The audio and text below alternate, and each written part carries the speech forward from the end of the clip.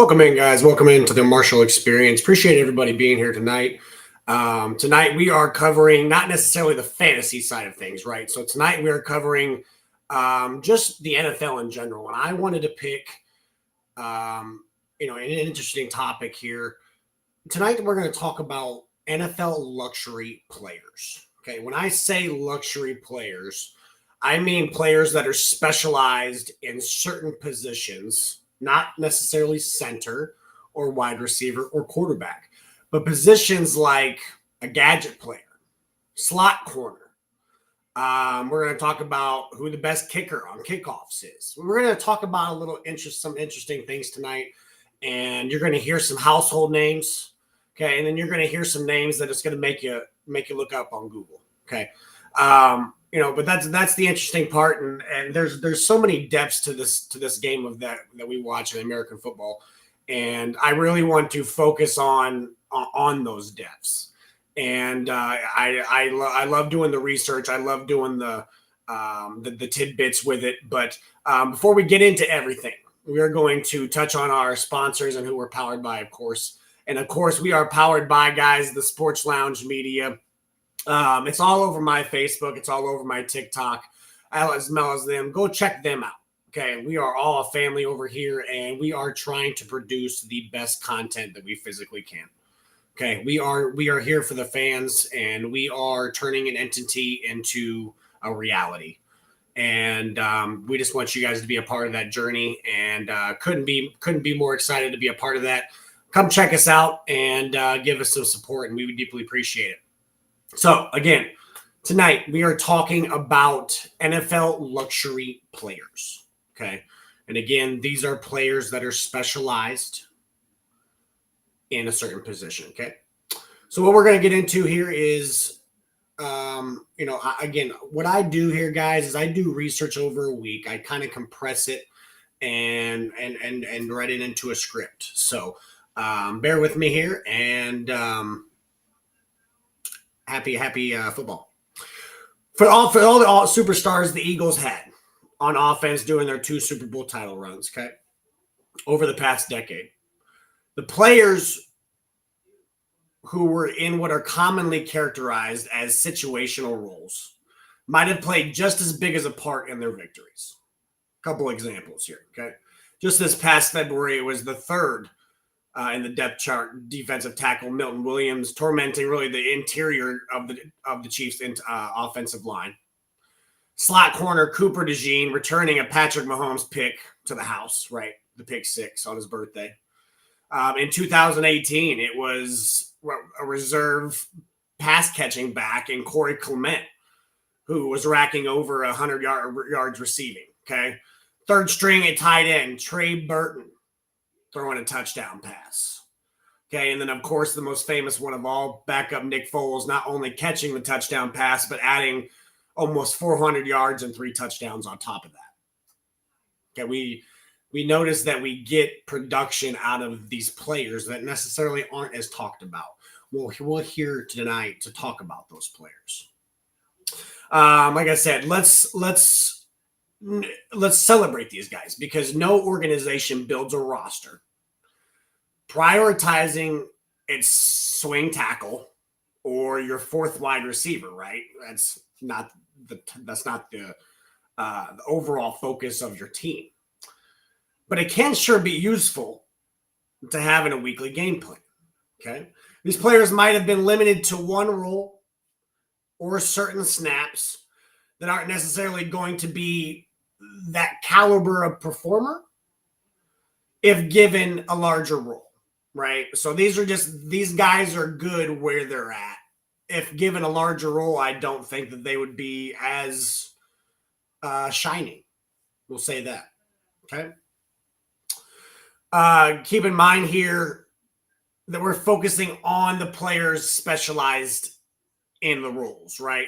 So the best third down back in the league might be Barkley, Gibbs, CMC. But those guys are great on all downs, right? Because those are top running backs. Okay, this would be a time of place to celebrate people like Amir Abdullah, unsigned veteran who has been really solid, Okay, catches 85% of his passes in 2024. Even chipped in 115-yard performance as a starter in week 17.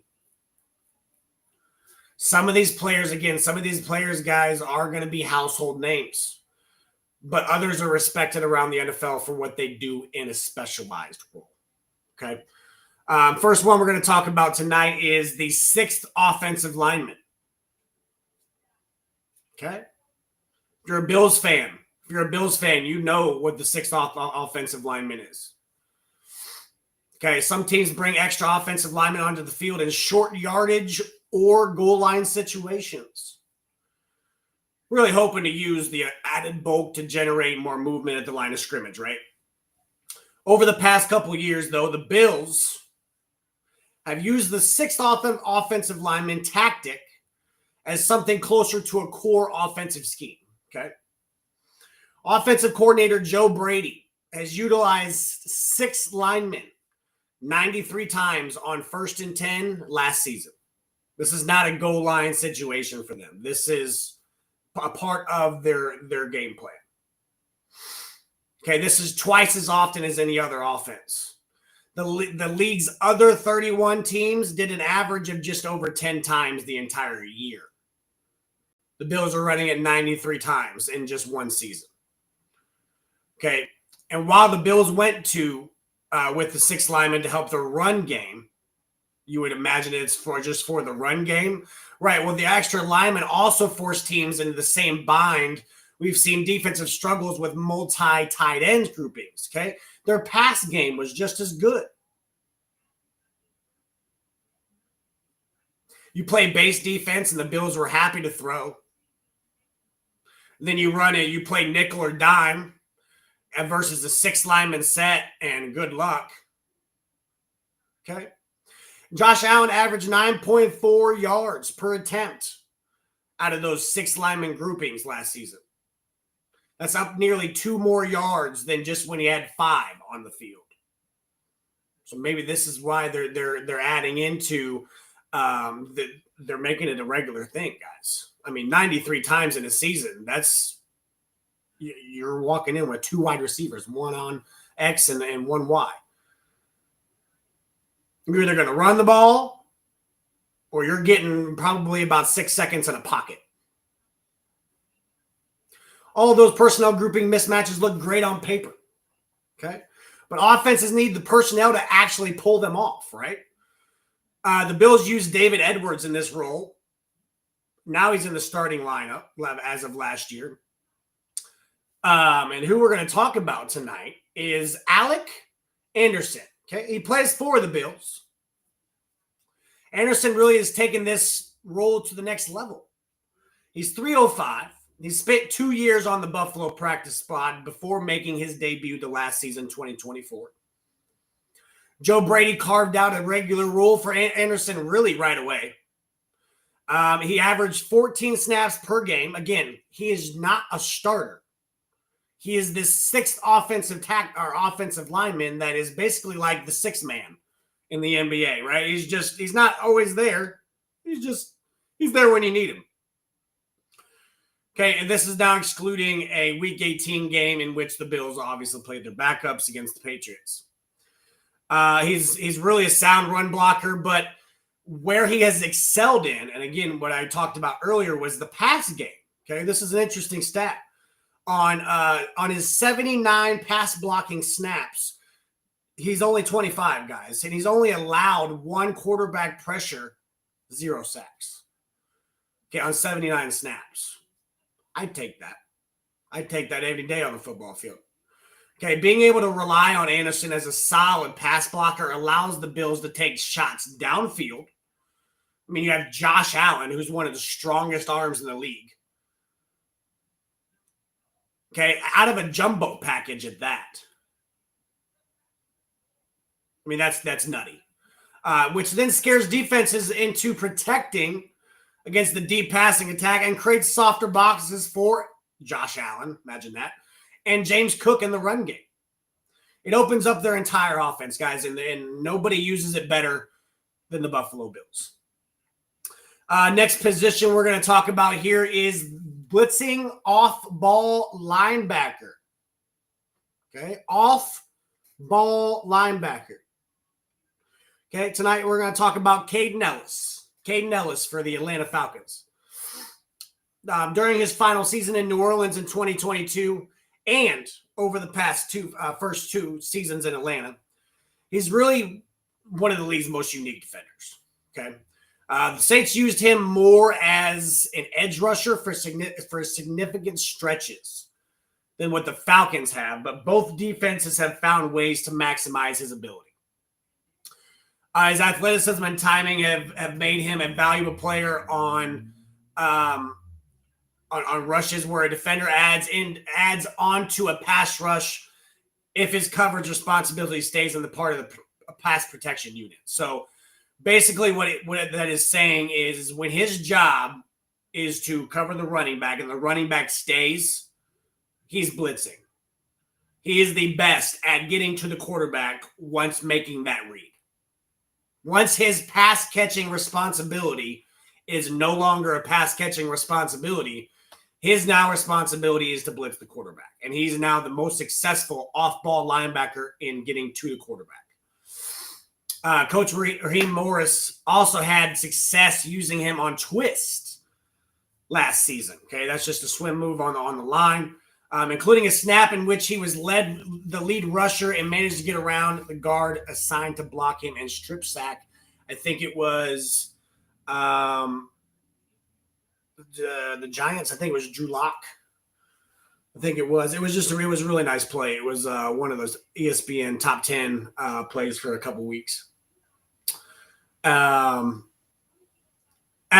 think, in my personal opinion, Ellis is much better than people realize. His pass rush win rate is high. He's tied with Donnell Hunter for the second in the league. Okay, he wins when he makes contact. Over the past two seasons, setting the limit at 150 plays with a win or a loss, he is the fourth best mark. Okay, underrated, in my opinion, underrated. When Ellis gets matched up against running backs, he is too explosive to block. Way too explosive. You really watch him. If you watch highlights, you watch him spin. You watch him, run through Aaron Jones to take down Sam Darnold. I think it was last year. Really nice play. I mean, I remember it. He just come through and just hit Aaron Jones, and it was lights out. And game over for Sam Darnold. Ellis is a nice, competent, and I know that now that they have doubled down in Jalen Walker and James Pierce, I can see Atlanta benefiting in using Ellis in this offset again. Okay, in his role. Next guy we're going to talk about, the best slot corner in the game, and you already know who it is. Your boy, the favorite white cornerback of the league, Cooper DeJean for the Philadelphia Eagles. DeJean spent the first month of his rookie season on the sideline, but after the Week 5 bye, honestly, I was looking at it, and I was looking at the rankings before the bye and after the bye, and they blew my mind. His impact, let alone, blew my mind. We were ranked 26th in expected points added, EPA, per play. So points per play, right? If you were to score on every play, it would be 7, but it's not going to be that, right? The Eagles were comfortably the best defense after that bye. Okay. The second place Texans ranked closer to 13 than they did to the first. The impact that this kid had was insane. And we really didn't I don't think I fathomed what was happening on the field until the season was over. I mean, I really didn't. Now, it would probably be unrealistic to suggest that, DeJean was the sole single driver of those improvements, right? But he certainly served as a revelation to the secondary. I mean, that's no fact to its own. From week 6 onward, He was allowed as the nearest defender in coverage, ranked second in the league, next to Nate Wiggins. Nate Wiggins is going to be a solid corner in this league too. I'm telling you, Baltimore's got a hell of a secondary now. He did not allow a single touchdown on 68 targets. Okay. Now, while he didn't record any interceptions during the regular season, well, you might remember what he did to Patty Mahomes in the Super Bowl. Okay, on his birthday. I think with the Eagles releasing Darius Slay, DeJean will play more outside often in 2025. He'll likely start outside in their base defenses and work out in the slot in sub packages. He was in coverage as an outside cornerback on just 6 snaps last season, none of which came during the postseason. During the postseason, he was just the nickel, the slot. Doesn't matter. That's where he was. He really moved all around in the backfield in college in Iowa, which should help his chances of handling the added responsibilities, because he's already done it at a different level. That's not at the NFL level, right? But it's at a different level. A dominant rookie season really also bodes well for his chances of being a great NFL cornerback, regardless of where he lines up pre-snap. I mean, regardless of whether he's a slot, whether he's an outside, whether he's a safety, I think he can do it all, man. I really do. I think the kid's even slightly small, but I even think he could be a linebacker. I mean, he'd be a smaller size one like a Nakobe Dean, but him and Nakobe are not that different in size. And Cooper hits just as hard. So, you know what I mean? Just the fact that he can bounce around and play different positions, safety, corner, slot, you know what I mean? It's awesome. So, next guy we're going to talk about kickoffs. Right? Nobody thinks about kickoffs. Nobody thinks about the kickers, guys. The kickers are important. And I'm going to tell you why, okay? So we all know the various kickoff rules, right? They're always changing because they're always trying to get the offense going and the entertainment and the scores and you know what I mean? But they're always changing the kickoff rules to slide that touchback, and they're moving it more and more and more. Okay, now with touchbacks on the kickoffs, pushing the ball to the 30 last season, okay, there is added value in both kickoff distance and placement. I mean, it is. They've made the kicker position more valuable. Okay, with the new dynamic kickoff, preventing teams from covering kickoffs until the ball is caught. The goal for kickers is to produce a kick that is just deep enough to force a meaningful return without pushing the ball into the end zone, which would result in a touchback. Nobody, and I mean nobody, did a better job than Blake Krupp. Blake Krupp out of the Saints, the kicker for the Saints. Nobody did a better job than him last year. He only produced touchbacks on a league low 26% of his kicks. He ranked 31st. Now, this is where it helps. He ranked 31st, near bottom of all kickers in yards per kickoff. So he's not strong, but he's accurate. But a lack of touchbacks, good placement, and a reliable coverage by the Saints means that, well, the average kickoff produced a drive that started 72 yards from their end zone. That is a number to just, I mean, wrap your head around that number. That is your average drive to go down and score is 72 yards when you play the Saints. That was the league's best rate among kickers with at least 40 kickoffs.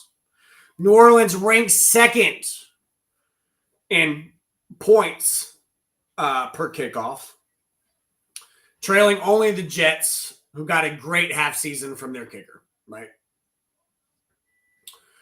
In 2025, and I mean, in further years, you know, they're always the league is further changing kickoff returns, and I really firmly believe that this rule is not settled. This rule is not set in stone. They're really trying to discourage touchbacks by pushing the ball 5 yards forward at a time, giving the offenses the ability to start on the 35-yard line if the opposing team kicks the ball into the end zone. The Saints lost their special teams coach this year to the Broncos, but it's not. I don't think it's the coach has anything to do with it. It's the kicker.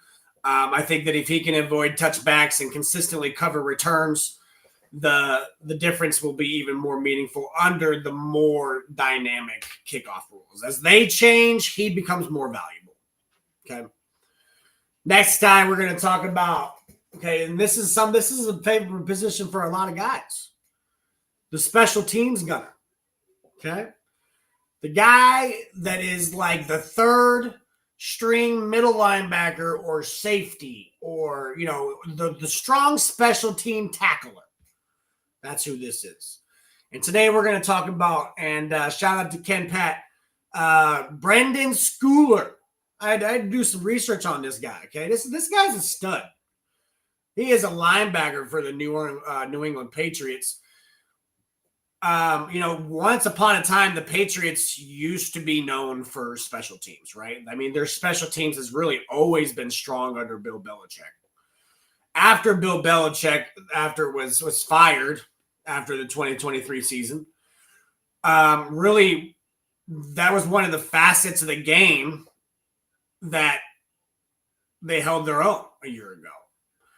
They ranked second in special teams points allowed, trailing only the Steelers, who is like on another level, guys. I mean, Steelers special teams is insane.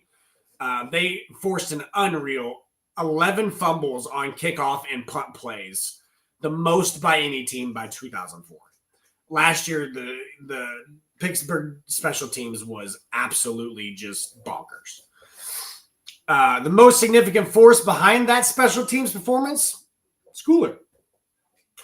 He was rewarded for his efforts with a first-team All-Pro nod last year. Schooler is not quite as a consistent tackler, but the 28-year-old, again, 28, was unblockable. I mean, if you go back and if you watch highlights, type his name into Google to top highlights, and he's unblockable at time on punt duties. He played a significant role in helping the Patriots upset the Bengals, I remember. I think it was in the opener. And he's an excellent blocker when called upon to do so. I mean, it just is what it is. A linebacker that can really do it all. He blocked a punt on an October game against the Dolphins. The Patriots used Schooler on 50 snaps. Okay, 50 snaps, and while half of them came in a meaningless Week 18 because the Bills, they played each other's backups, he was used more regularly to spy opposed quarterbacks. In limited time, he managed to chase down a pair of sacks, which led him tied for fourth on the team in that category. So, when given the opportunity, he produced. This last fall, he signed a 3-year extension. He is one of the few Patriots to come out of 2024 looking like he would have a fit in the New England's, during New England's dynasty. So, next thing we're going to talk about here, next position, blocking tight end. This is another one. Not a lot of people talk about, when you think about tight end, you think about the pass catching ability. You think about touchdowns. Okay, well, what about the second or third string guy that comes in and has to block that defensive end? Has to move up to the next level and block that linebacker, okay? When I think of that blocking tight end, I think of one guy. I think he's one of the best in the league, okay? And not a lot of people talk about it. Josh Oliver. Josh Oliver is a tight end for the Minnesota Vikings. Okay, it is very clear to me that the Vikings see their second round or their second tight end, their second string, as a crucial part of this offense. They just signed him to the second 3-year extension in a row at $23 and $21 million. It would seem to be lofty, right? Figure for a player with only 700 career receiving yards across, well, 6 NFL seasons, 3 different teams, right? He's kind of the journeyman. But it's the second time these guys have paid him. They must believe in it. The numbers back up that idea that Oliver is an elite blocker. He ranked 4th among eligible tight ends in run block rate wins just last year. He finished just behind a former teammate and now Jacksonville Jaguars tight end Johnny Mundt. Okay, Oliver with only 2 pressures allowed across 55 pass blocking snaps, producing a pressure rate that was just about half the league's average among tight ends. I mean, he's elite, guys. Now, is it worth more than $7 million per year in a market where good blockers such as Johnny Mundt, you let Johnny Mundt go, right? 2.8. Chris Manhertz, he had a good PFF grade on when it came to run blocking. 1.4 million. You know what I mean? Like these are significantly cheaper options. But and that's tough to say. But I think Oliver is just good enough of a receiver above these guys to give the teams really a pause when it comes to letting him go or re-signing him. Next thing we're going to talk about, next skill we're going to talk about, the short yardage running back. Okay, the goal line back. When I think of the goal line back, really there's, I think of 2 players. Kyren Williams and Kareem Hunt. Those are 2 players that first come to mind. Okay. The league's best back in short yardage is about to become a luxury with an expensive contract in Los Angeles. If these rumors hold true, and Kyren Williams gets a new deal with the Rams, I think Coach Sean McVay and company will be locking up a back. A franchise back, okay? This guy has gone 39 of 45, which is 86%, in converting 3rd or 4th down with 1 or 2 yards to go over the past 2 seasons.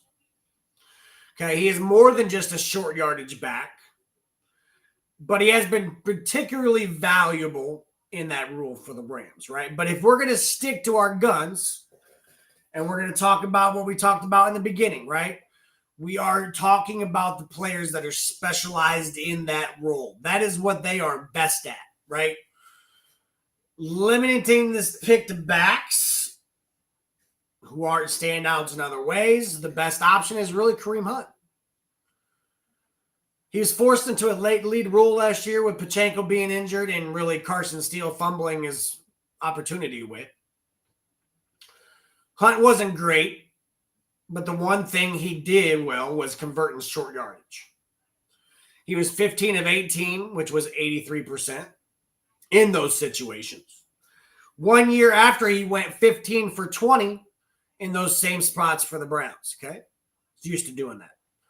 Doing that for an offense that relied heavily on converting 3rd downs, wasn't willing to run Patrick Mahomes on sneaks, was a critical part of the puzzle.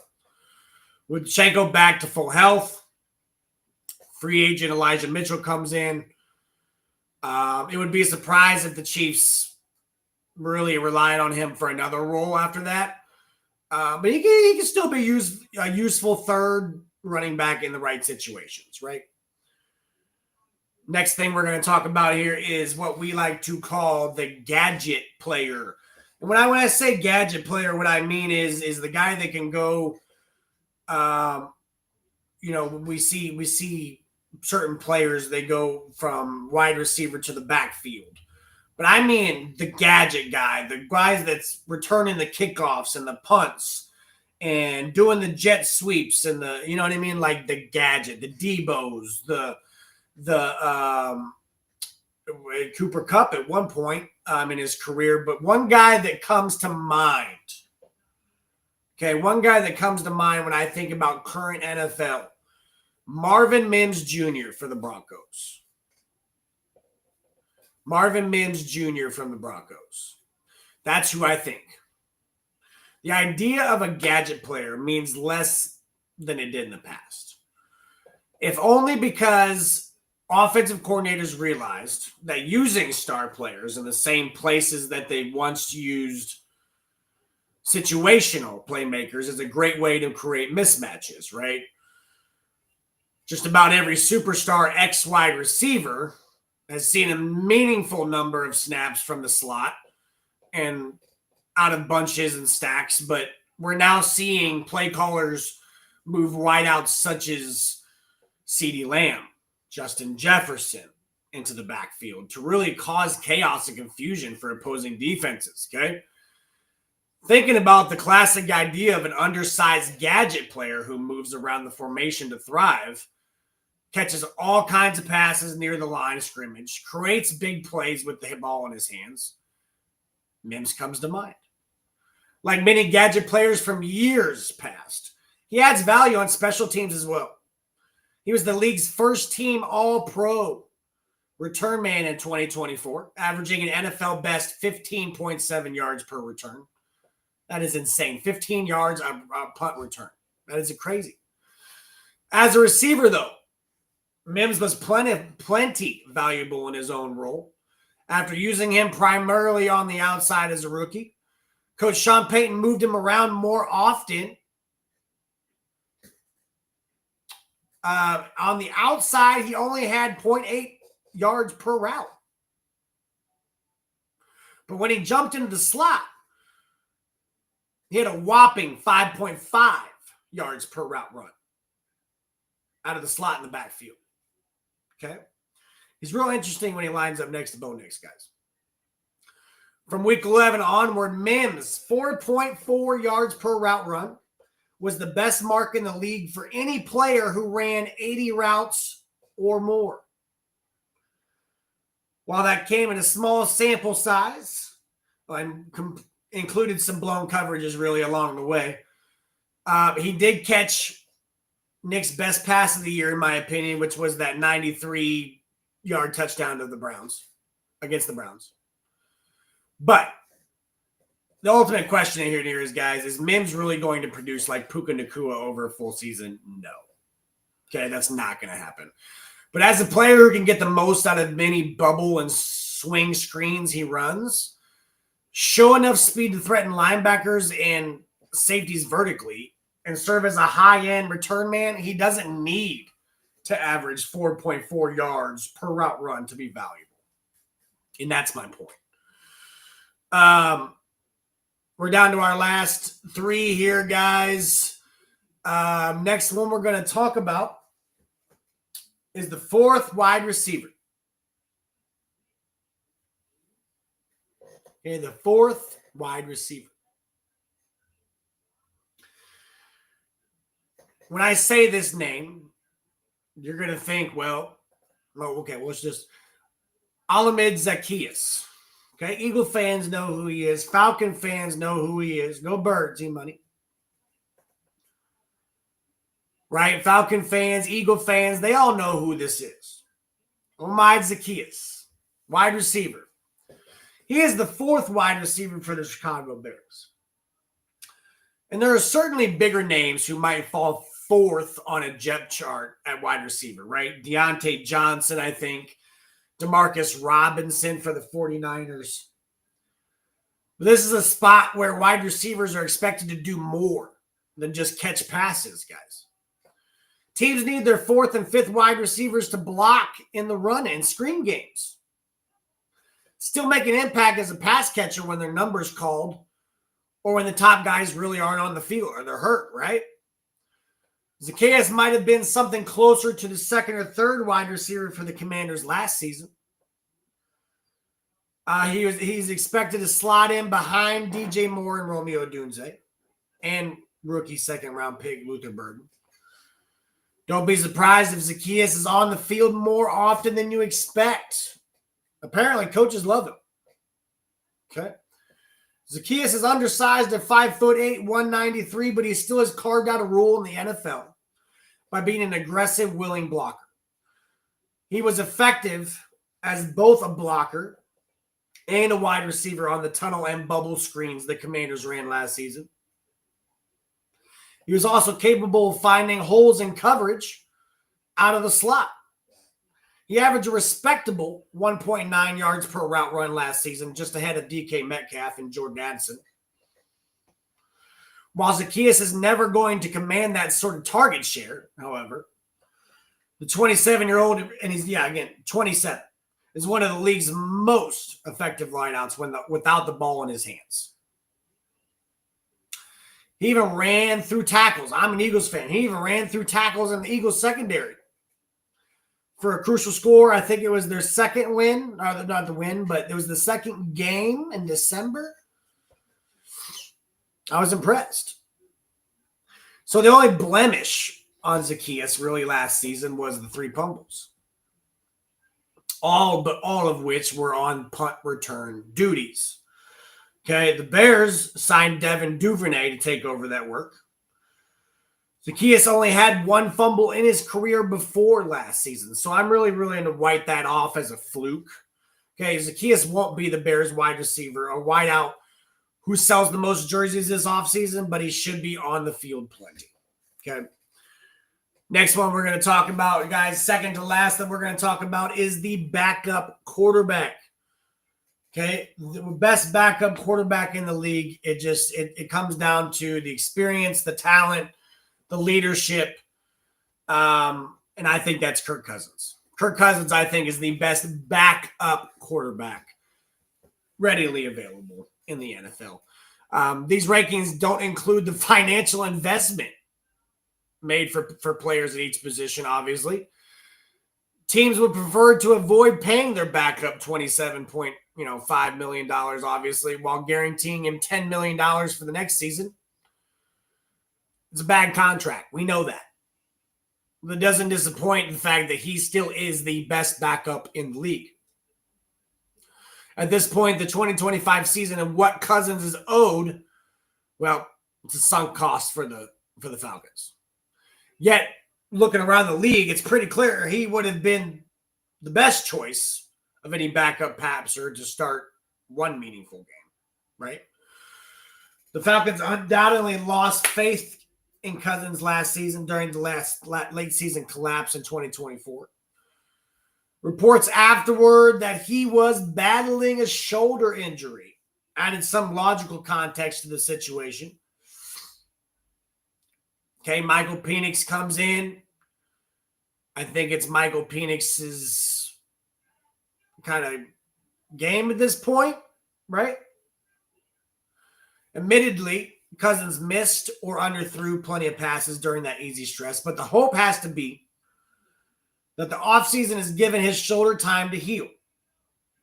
Even with that disastrous end in his first year in Atlanta, he finished the season 23rd in QBR. So he wasn't last. He wasn't bad. He had a struggling year compared to Kirk Cousins. Yes. He was ahead of CJ Stroud, Dak Prescott, and Aaron Rodgers when it came to QBR. He averaged nearly 7.7 yards per attempt and completed just under 67 yards, or 67% of his passes, excuse me. Would I want to sign him to a contract for what the Falcons are paying him? Of course not. Then again, what's more luxurious than paying too much for something you won't use? Last guy we're going to talk about, guys, is the 2-down defensive tackle. Okay? The 2-down defensive tackle. And we are going to talk about TJ Slaton. TJ Slaton, defensive tackle out of the Cincinnati Bengals. Okay? And I'll explain what I mean by 2-down defensive tackle. But the Bengals signed Slaton to a 2-year, $14 million deal this offseason.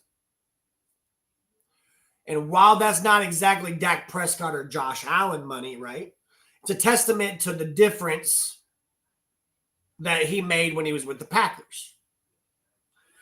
He's listed at 330, and it's no surprise that Slayton was asked to do the dirty work on early downs against the run, so he's a run stopper.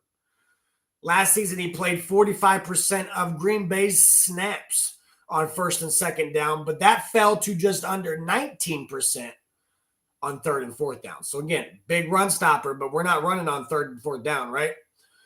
2 sacks, 7 quarterback knockdowns with over his first 4 seasons in Green Bay. Slayton isn't going to show off a series of nuisance pass rush moves. What he can do is control the gaps, maul the player in front of him when asked, right? In 2024, Slayton's 45.5% run stop win rate on the interior led all defenders. He was ahead of highly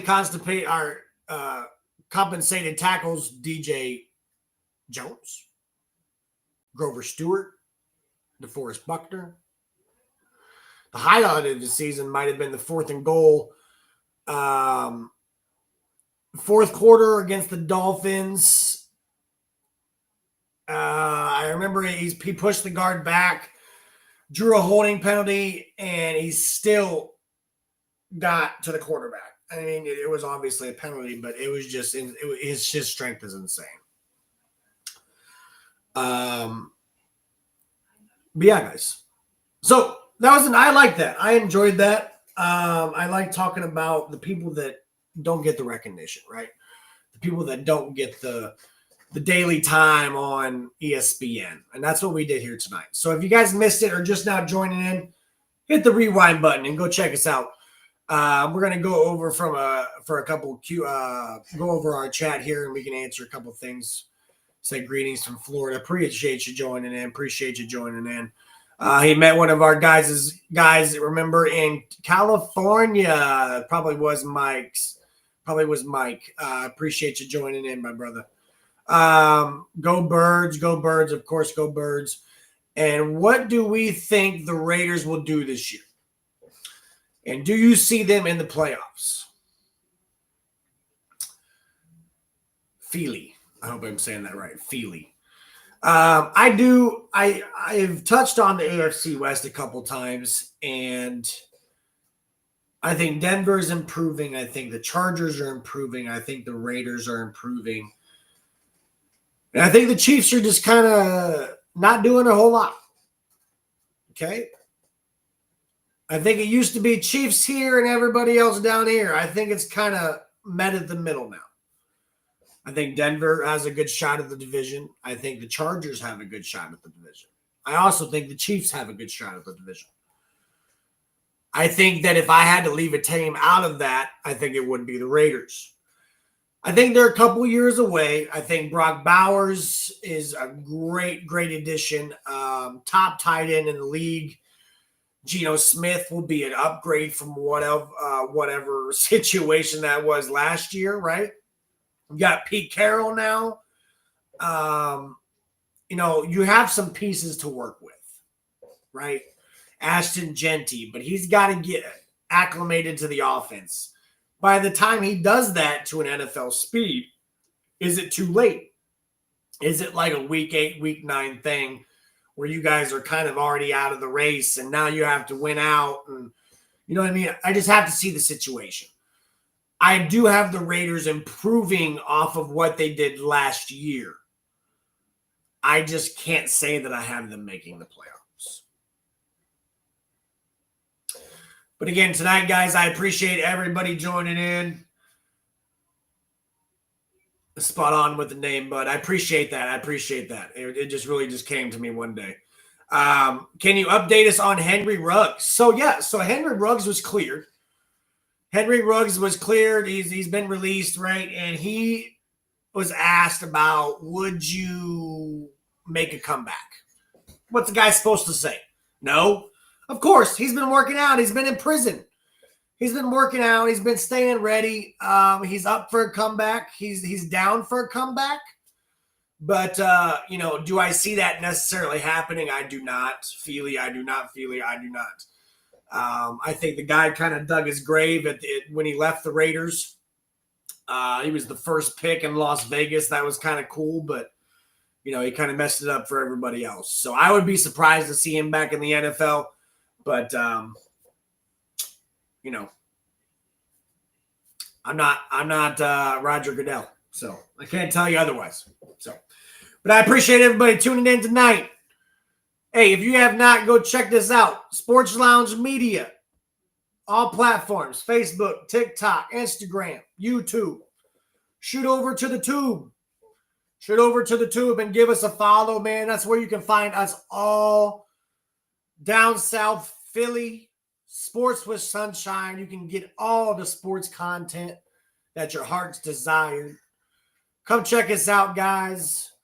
We would deeply appreciate it. I deeply appreciate everybody tuning in tonight. We had a great crowd tonight. I deeply appreciate it, and hopefully that is going to be in the near future. I hope everybody has a good night. Enjoy. We'll see you Tuesday.